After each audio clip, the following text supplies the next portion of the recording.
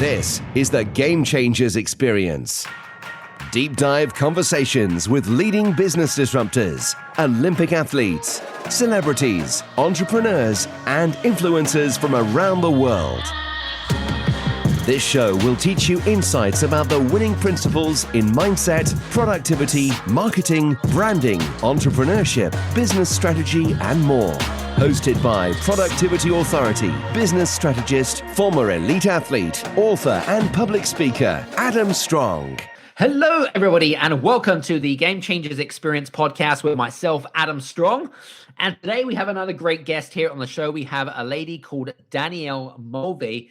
Now, Danielle is, it's going to be an interesting show today. We're going to be talking about five-star employees, five-star rating employees and things like that. So we're going to be really delving into talent management. We're going to be talking a little bit about recruitment a little bit. But Danielle's background is that she used to be a former flight attendant, but she's now turned an entrepreneur. Danielle currently runs multiple businesses, which turns over around $50 million in annual revenue. She's got over 25 years of experience in entrepreneurship, which is amazing. She's also mastered, and now this is a really interesting skill, but she has mastered how to recruit, hire, and retain the top 15% of available talent in the talent pool, which is already kind of cool. And she's created what we call the five-star employee retention system. Now, some of the things that we're going to be covering today, ladies and gents, is we're going to be covering, we're going to have I suppose, an open discussion about the whole kind of like talent management arena right now, especially with, younger generation, looking to, the younger generation, you probably would have heard of the silent resignation. So we're going to be talking a little bit about that. We're going to be talking a little bit about some of the biggest mistakes that you guys, as in recruiters, make as well. And if there's a correlation between employee happiness, purpose, retention, we're going to be talking a little bit about that. And we're also going to be talking a little bit about Danielle's five-star rating system. She's going to break it down for us to make it easy for you guys. So it's going to make it a lot easier to attract the right types of people for your business. Anyway, without further ado, Danielle, welcome to the show. Thanks, Adam. Excited to be here. Likewise. I'm excited. It's interesting because we've never really had anyone on the show that has really mastered the whole kind of like recruitment side of stuff. Do you know what I mean? I always hear of businesses and leaders that are really kind of struggle to attract the right types of people. When it maybe is because down to their perfectionism. Do you know what I mean? It's like, you're trying to find the right person, but it's like they're trying to compare themselves to other people that are out there they're not as perfect as them. Do you see what I mean? Yeah, I don't think it's necessarily one thing. I think it's the sum of a lot of things when it comes to struggling with recruitment. Absolutely, 100%. All right, well, let's jump into today because I suppose I want to kind of start off really by kind of giving, like, from your perspective, the last couple of years has been interesting because, the whole kind of, flexible learning since COVID and all of that kind of stuff, and the demands from the employee, but also the demands from employers have very much dramatically changed the landscape of how we recruit as leaders and as businesses. But from your perspective, like, how do you feel the landscape has really changed over the last 12 months? Oh my gosh. It's changed a lot. I think employees, have kind of realized that they want, a better quality of life. And really what that comes down to is, to use Jim Collins' term, being in the right seat on the right bus, going in the right direction. So I think, when you're doing something that you absolutely love and that you're passionate about, you'll do it all day. You'll do it 7 days a week. You'll do it 10 hours a day, 12 hours a day. But if you are in a job that you don't enjoy, that you struggle with, that you don't feel appreciated for what you do, you don't feel like you're having an impact on, like turning widgets or whatever, then that's what leads to dissatisfaction.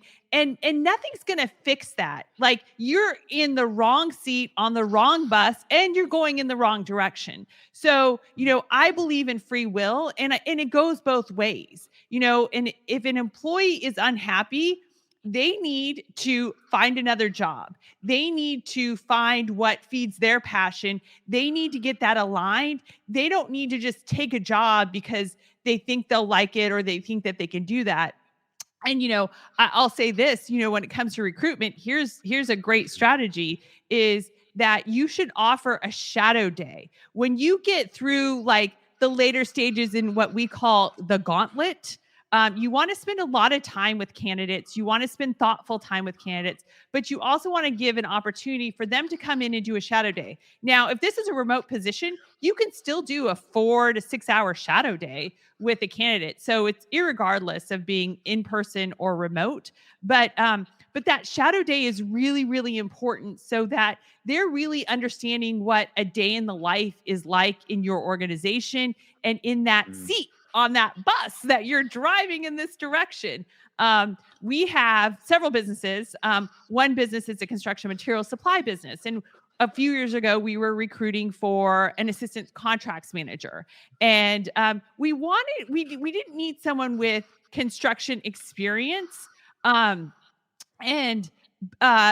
we were open to candidates that, were coming from different areas. We wanted someone who, we could kind of like teach and such. And so I had a candidate who was really bright, and he was coming from the property management industry, and he wanted to get out of property management because that is kind of, sometimes a 24/7 job. Right. And so he was looking for, a job with more traditional, regular hours. And he came in and he actually did 2 days of shadowing in our company. And, after the 2 days, he said, you know what? I thought I wanted to do construction, but I don't. Thank you for the opportunity. I think I'm going to stay in property management. And it was like, great, no problem. We pay people for the shadow day, but I paid him, for 2 days, probably like $300. And it was no problem. We just move on to the next candidate. If I wouldn't have given him that opportunity, he would have taken the job, been excited for it, but after a week, he would have hated it. And, the bummer about that is that, most people don't have that opportunity. They hire someone that says, I want to do this. Yeah, I can do it. Because the candidate doesn't want to be rejected. Right. So there's a little bit of a mind game here of the candidate just saying and doing anything to get the job because they don't want to be rejected, even though they should be rejected if it's not the right fit. But anyways, he would have taken the job and we would have invested 3 months of salary in him before he probably found another job that he could hop to. And he was never going to be a great employee because he was going to hate it from the first week out. So here's a game changer. Number one game changer of this episode is incorporate a shadow day in your recruitment process, in your hiring gauntlet, but you do it at the end. Like it's with a candidate that you are confident that this is kind of one of the last boxes you're checking. And you've already taken them through all the other steps. Love that. That's a great value bomb there and there straight away. I love that. Just out of curiosity, because I know that you've got multiple businesses, that you kind of juggling and stuff. But I'm curious to know where your passion is when it comes to recruitment, because it's probably one of those roles where a lot of leaders or decision makers in their businesses, it's probably one of the skills where, number one, there is a lack of skill, and number two, they may see it as a bit of a Monday, do I really have to go and do this type of thing? But where did your passion really come from? Like, I'm curious to know. You know what? This is honestly the first time someone has ever asked me this question. So I am so excited to answer it, because I will tell you that I was an entrepreneur, with one business and, eggs all in one basket. And I was trying to think like how, like, I looked at people who, had built great wealth and who were successful. And, I was like, what is the difference? Like, what do they have? And what they had was multiple companies. And what they have in multiple companies is employees making money for them. Right. So my passion kind of came to be like, I've got to get really good at having my eggs not in one basket, having multiple companies, and having really good people that are doing the work in the companies and earning me money. I mean, I'm just going to be like frank about this and such. Right. And so really, like, my queen bee role, my number one job is to like go all in on the recruitment and hiring process to bring in people who can honestly do any job better than me in our company. And I spend 10 hours a week overseeing the operations of the business because they're all capable of doing it. I get pulled into like, different projects or different like situations and such. But really my job is to attend the daily huddles for the different companies and hear what's going on in 10 minutes a day per company. And, being able to like hear like, oh, that's awesome. Thanks for doing that, Michelle. Oh, Peter, like, what a great idea that you suggested that to the client.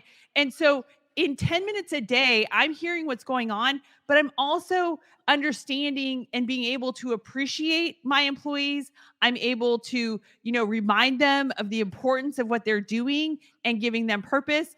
That daily huddle we do in the mornings, and really it's important because we can elevate everyone's state in our organizations, and they can, be positive, they can be happy, they can hit the ground running. We're all on the same page together. We're all going to make this day happen, because tomorrow we're going to come back in the morning and we're going to report the 3 things we did yesterday, and here are the 3 things we're going to do today. So I really feel like my job, my number one job is people in our organizations, and bringing the right people on, and cultivating the right people, and appreciating the people that we have. And it is the best job. It's the most enjoyable job, but it really takes like you having to step out of the business. So I don't work in the business. I work on my people. Right. Love that. Some very cool stuff. It's really interesting. I really resonate with what you're saying there. And I'll tell you why. So many, many years ago, right, my first real big job, Danielle, was actually working for McDonald's. Most people that are probably listening and has probably worked for McDonald's or some sort of, college outlet or whatever it is. But I got advanced. I suppose I'd climbed the corporate ladder very quickly, right? And so, by the age of, I think it was like, by the time I was 18, I was running the store, my eyes closed. That's 18 years old. That's pretty impressive, right? Amazing. But one of the general manager of the restaurant, every week we would do call it an open day, where we have like people who had applied for a job. They'd go through their application. And we'd have like an open evening, like it'll be on a Tuesday, right? When the store was closed, and we'd have like loads of people apply, right? But one thing that I noticed about his recruitment process, Danielle, right, is that he spent such an immense amount of time really getting to know the individual. This was really unlike any other recruitment process I'd ever seen. I couldn't understand why he had spent so much extra time getting to know people and if they were the right fit, rather than the others, which the other recruiters that I kind of knew at the time, where they didn't really give a monkeys. It was like more of a chore. Do you know what I mean? And I just really kind of you can fog a mirror and you can start on Monday. You're hired. Exactly. It pretty much. It was kind of like, oh yeah, we need the numbers, so I'll just hire this, this doofus, which he doesn't really want to work here, but we'll just hire him just for the sake of giving him a job, right? And for me, I don't know, I felt really appreciated by learning that whole recruitment, but also it made me feel better as a leader. Do you know what I mean? And getting the most out of people. Anyway, I wanted to share that with you, but that was just kind of like the like 25 years ago type of experience anyway. And the added bonus, like you said, is like there's longevity. There's a relationship, there's a connection. I mean, Mm, like, I believe in free will. So, if there's an opportunity for someone that sometimes you can only grow so much in an organization. mm, So, if someone mm. wants to move on, I have no problem with it. Like, that's awesome. That's great. But I mean, I have people that are like, I'm lifers, like I'm never leaving you. Like and I'm just like, oh, okay. A little uncomfortable, but I really do care about people, and I really care. Like, we spend a majority of our lives working.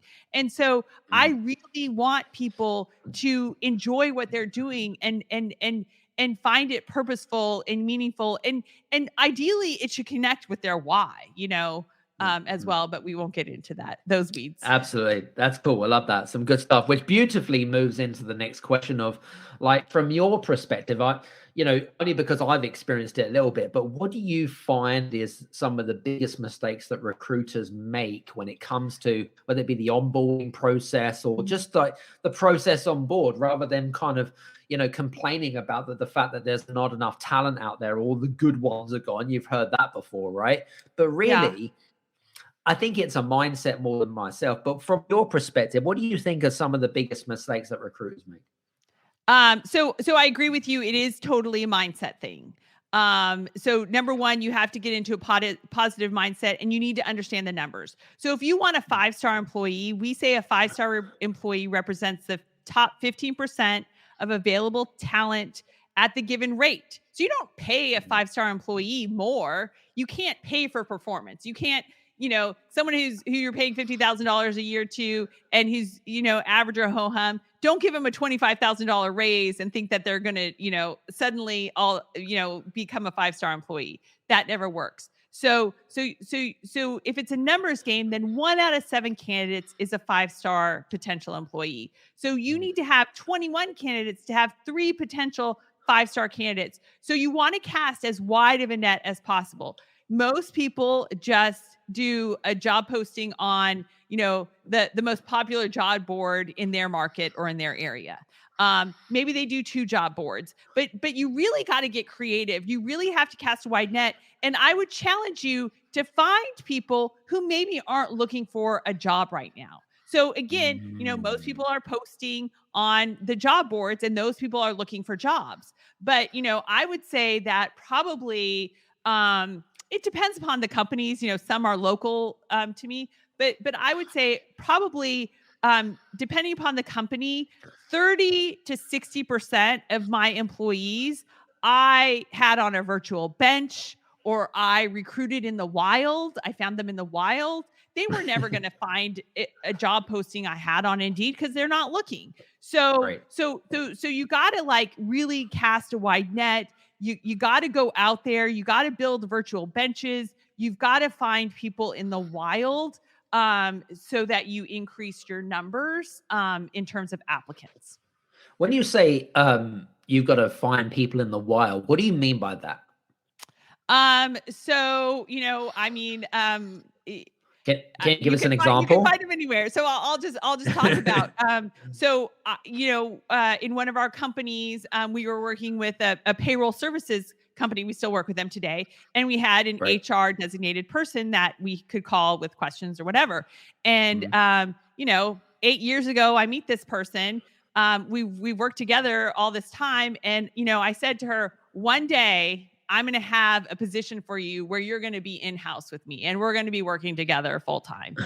Okay.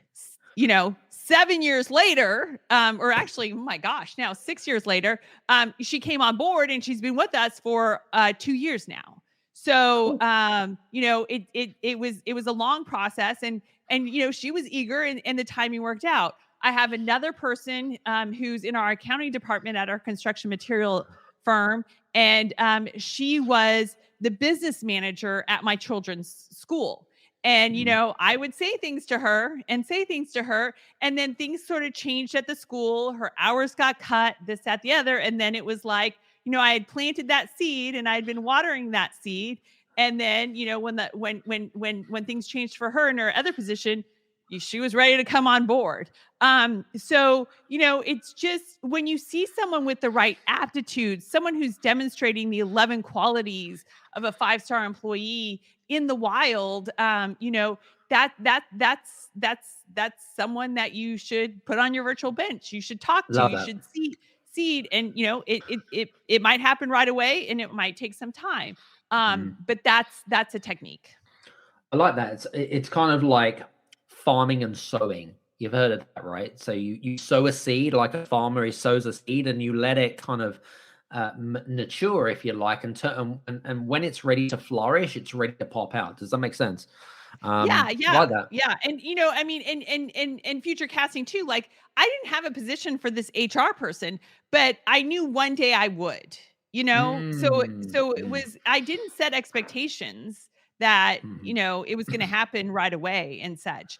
But I expressed my I expressed my admiration and appreciation for her intellect, her Mhm. skills, her Mhm. aptitudes. Mhm. Love that. Some good stuff. Now, how does this work? Okay, scenario here. So, got a couple of clients, right? Now, they're in specific industries. Okay, they're in specific industries. Now, I'm going to call one person who is in, say, she runs a branding agency. So, she's looking for someone very specific and very niche. And she's done all the whole kind of monster.com, like LinkedIn or whatever it is, Mhm. and she feels like she just isn't getting anywhere with regards to her casting of the net, as you would like to call it. What is she doing wrong? Well, she's only used 2 methods. Right. Um, so she's only used 2 methods. So, if she's looking for someone with experience and in a very niche space, then she needs to kind of like do some reverse engineering. She, Mhm. if you said an agency, I'm just going to assume that this person is a technical writer. Is that okay? Mhm. Okay, that's cool.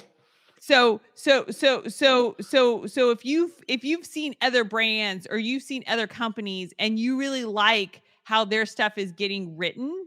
then go and kind of try to peel back the layers and find out who that person is. Now you've got some information. So let's say they write for Acme Industries. All right. So go search Acme Industries on LinkedIn and see if you find someone with the job title who's at this company, because you know that someone in that company is doing some great writing and they Mm. work at this company. So you can do some reverse engineering that way. You really kind of look at the demographics of the individual. Where did they go to school? Where might they have worked for previously? I know a lot of small business owners and actually other large Mhm. companies who recruit from, for example, here in the United States, Enterprise Rent-A-Car. Mhm. So Mhm. Enterprise Rent-A-Car, they recruit exclusively collegiate athletes. And the staff of an enterprise office is completely different than the other car rental agencies. So people know like this is a high caliber, high performing individual. So people sometimes just go and pluck people who worked at Enterprise, because Enterprise already did the work of finding the top people, collegiate athletes, after they graduate. So, it's really getting strategic. And I always say you can find answers by reverse engineering, like if this is the person that you want, then let's peel back the layers. Where did they come from? Where did they work previously? All of that kind of stuff. And Mhm. it gets to be kind of fun. And then it doesn't take much, but it does take some time, Mhm. but you can find out a lot of information in 20 minutes. Like, Mhm. Mhm. set a timer and say, okay, I'm going to give myself 20 minutes to figure out X, and go for it. And if you set yourself a 20-minute time limit, I guarantee you'll get some results in that 20 minutes. You know what? I think what it is as well is I feel like a lot of business owners, they don't really take the time and set the time aside to not just peel the onion back, as you would like to call it, right? But they believe it should be a quick process and everything Well, should be so much easier. it's mindset, and they're working in the business is their Right. problem. And they're working in Absolutely. the business because they don't have enough good employees. So suck it up, Buttercup, and take yourself out for a couple hours a day to really get focused and intentional on recruiting and hiring 5-star employees.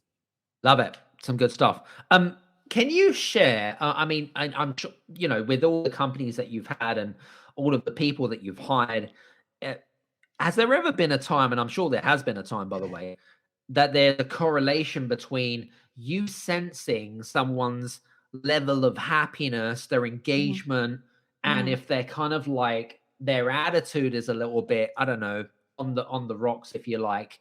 How do you deal with a situation when you've got someone on board, that maybe they've been with you for a number of years, but for some particular reason, there is, one of those three things or a number of those things has then been affected, which then affects performance. Yeah. How do you deal with that situation? And maybe Did there you is go someone into that you my have in the email back of this my mind. morning? Were you looking at my email this morning? I actually got it. Like full transparency here. We have a business that processes long-term care claims, and I have someone who just emailed me today because they got a write-up on attendance, and we've had this policy for 11 years. Okay.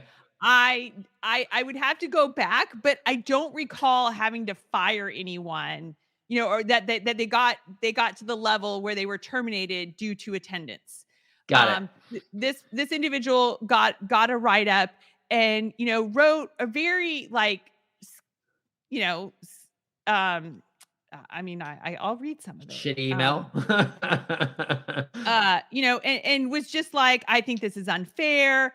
And what's funny is he's been with us for a little over 2 years, and really we expect people to, kind of go for the next level position after a year. Okay. Right. So he's not been motivated. We've said, here it is. Hey, you can apply. I mean, I can't just bestow a job on someone. They have to apply for it. They have to want it. It comes with a pay increase, but he just wants to get a higher salary and do the same job. And he's more than capable. Like he can perform at a high level. But he hasn't done that. And so he's complaining that he should get a raise. And it's like, well, you can get a raise when you do another job, but like, this is an entry-level job and you've been in it for over 2 years. And so now he's frustrated that he's getting written up for attendance over a 6-month period. And again, I don't know the last time I had to write someone up for attendance in a policy that we've had for 11 years.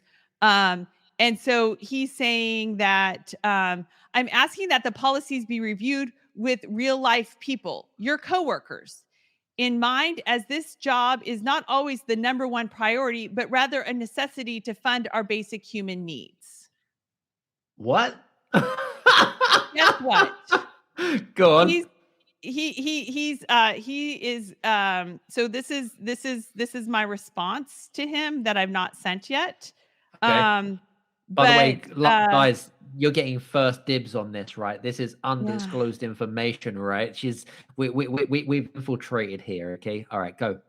So I appreciate the feedback and, have considered your perspective, but will be not making any changes at this time to our policies.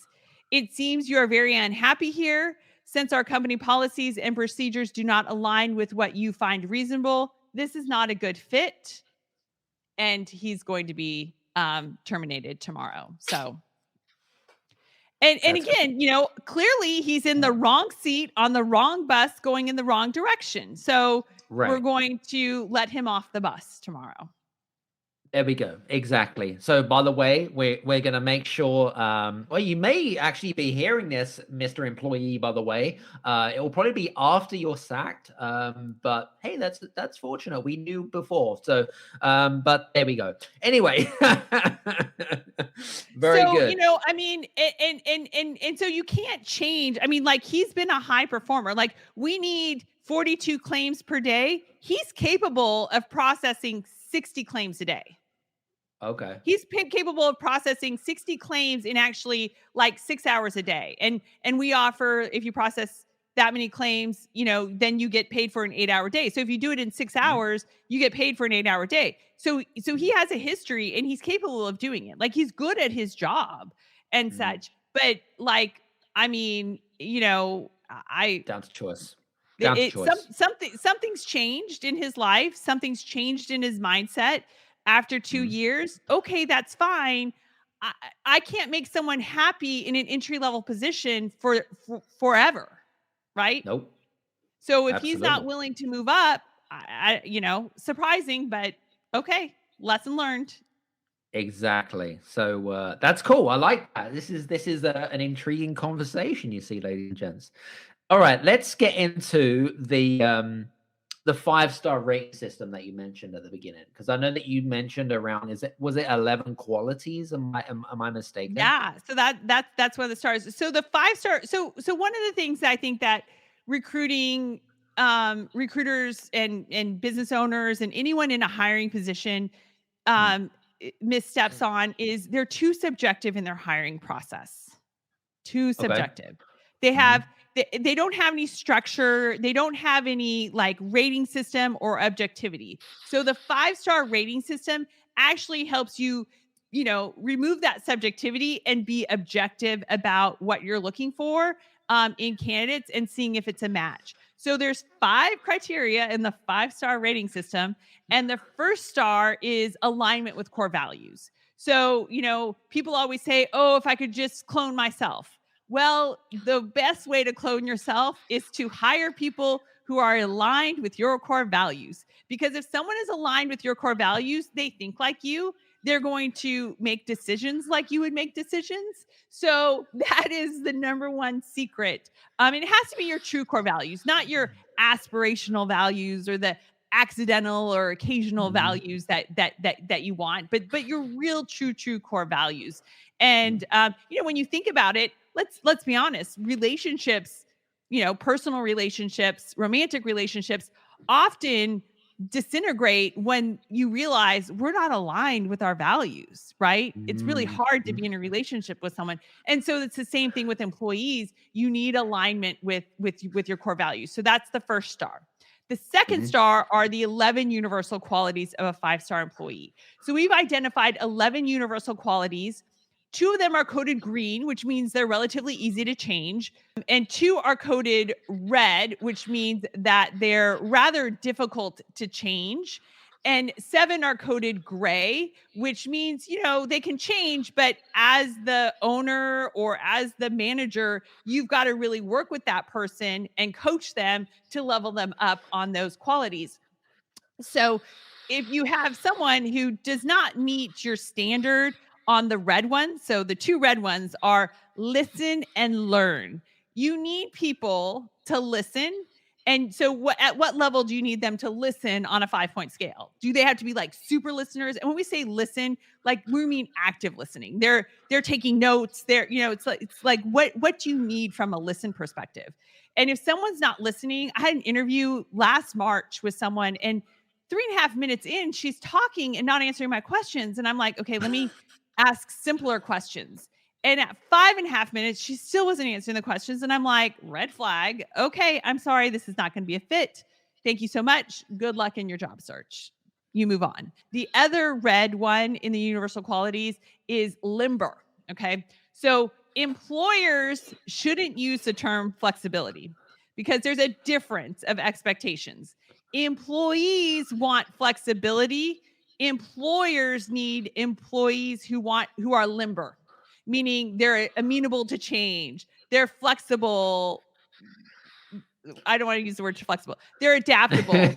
Hey, I need you to stay until 6:00 so we can get this out. Is that okay? Yes. That's someone who's limber, someone who says yes to that. Someone who likes to see process improvement is limber. Um, Mhm. and so you want to use that. Employers want people who are limber. So that's the 11 qualities. And then the third star are the aptitudes and skills for the role. So we've identified over 25 aptitudes, and we encourage people to really hone in on 9 to 12 or 13 of the aptitudes that they need for that role. And then they design specific questions to really understand that person's aptitude for the role. Sometimes even understanding what you don't want, can help you really hone in on the aptitudes. And then the skills, you have to test someone's skills. Oh my gosh. So many Mm. people, kind of fake it till they make it. They say they can do it, but it doesn't matter what you say. It matters if you actually can do it. So you have to test skills. That is such a huge mistake that the majority of organizations are just, oh, you say you can do it? Okay. I could get hired as a bookkeeper tomorrow. But guess what? I would be a 2-star bookkeeper because I would hate it and I know enough to be dangerous. Okay. But and I would get the job because they didn't test for my skills. All right. Mhm. So you could be I'm a 2-star bookkeeper, but I'm a 5-star entrepreneur. So, someone is not a 5-star in everything. You're a 5-star in what is your ideal role. What is your passion? What are you really good at? What aligns with your why?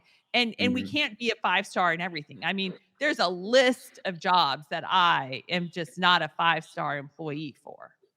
Mm. Makes sense. Was that all 4, by the way? So I had That was number 3. Oh, number 3. Okay, cool. So I thought, Aptitudes okay, and number skills. 1. And number 4 is you need to define the success metrics for the job. So people want to know, am I doing a good job? And so you have to quantify what success looks like for the role. So you're going to identify 3 to 5 key responsibilities for the role, responsibilities that really, drive revenue, drive profitability in your company.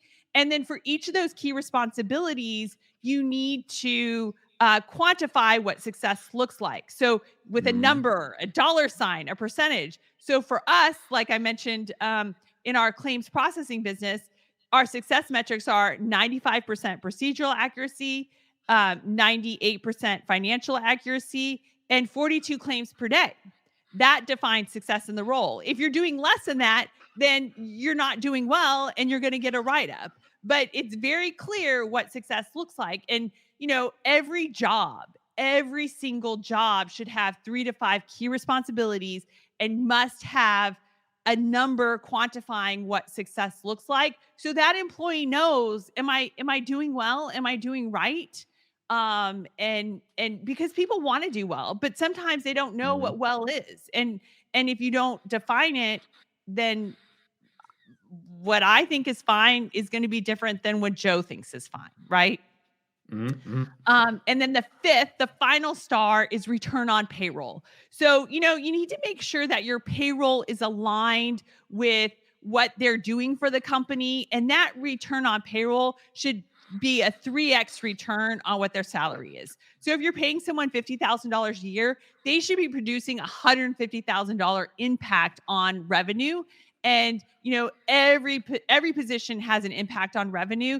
Even an administrative assistant has an impact on revenue, because when they're taking things off of, their boss's plate, they're doing it at $20 an hour versus their boss doing it at their maybe billable rate of $300 an hour. So this person is having an impact on payroll when she's doing things that someone more expensive is not doing. What if the role is non-sales based or non-business development space? Because you're going to get those roles. Like I remember, when we have some clients, for example, they may hire someone that is kind of like, I don't know, someone that's kind of like hands-on in the business, like trying to complete projects for their clients or whatever it is. So it frees up the business owner's time or whatever it might be. How do you measure that? Yeah. So, I mean, like I have an example, like a writer in our organization. who is developing content and writing things, we can measure that by engagement on those posts. We can measure it by people who opt in, or who buy a service from us based off of the email that she's writing. She's not a salesperson. She's not talking to anyone, but obviously, it's triggering an opt-in, it's triggering a reply, it's triggering something. So I can guarantee you, we can find success metrics, and we can make sure that we're driving impact on revenue. Because that's the other thing, you've got to be really smart and not just be having people do things to be busy. That's the other tragedy is people don't know what they necessarily should be doing. So again, when you're the owner, or when you're the person that's managing the people, you need to step out and you need to make sure that everyone is doing the right things, and not doing things to look busy, not doing things to collect a paycheck, but doing things that are meaningful and having an impact on the business. Do you, in your business, for example, when it comes to metrics and stuff, do you decide on the metrics, or is it agreed with the person that you're actually hiring? So it depends. It depends upon the role. Like our claims examiners, that's just dialed in. I mean, it has not changed. We have contract requirements with the state that we're doing the work for. So, that one hasn't changed, but we do have a ramp up. So when someone comes out of training, they're not having to do 42 claims out of the gate, but we have a ramp up, and, we've got it dialed in, and it works well. Over time, things do change, and conditions change. I just had our a salesperson in our construction material supply business. He had a rough year last year. His just a lot of things happened in his family and stuff, and it was an off year for him. And so, when we met in December, we talked about things. We looked at his prior years, and then we looked at last year, and it was like, okay. I was like, okay, so what are we going to do? What are we going to do? And we backed off. It was fine. He's a great employee, and life happens and such. And so coming into 2023, it's like, okay, what are we going to do? And so I showed him, and I created some spreadsheets, and he could plug in some numbers and stuff. And I said, I would like you to get to Z. All right. But I don't think you can get to Z next year. But what could we do to get to Z in 2 or 3 years and such? So I challenged him, and I gave him something, and he could plug in numbers and stuff. And I said, okay, on January 9th, let me know what you want your number to be for 2023. And he came in, and his number is almost 100% of what his, not last year, but the prior year number was. So he's going to come full force at this and such. And he is jazzed, and he is excited, because it's like a stepping stone to get to Z. And he made it, and it's already 100% what last best year was.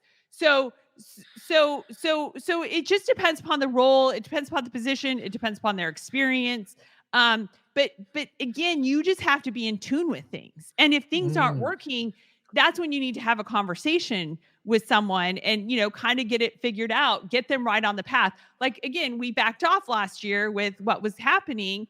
And now that that's passed, let's re-engage. Let's get back on the horse again. I like that. And I think that's always down to good communication between two parties. But I love the fact that you've kind of allowed the other person to set their own expectations rather than kind of making them feel like they must perform, or that they're performing under pressure. Do you know what I mean? Yeah, you're exactly right. They have to be bought into the number. They have to believe that they can do the number. Like that. Some good stuff. Some good juicy stuff this is. Guys, I hope that you are enjoying our conversations, by the way, because we are, literally, we're flying through everything here.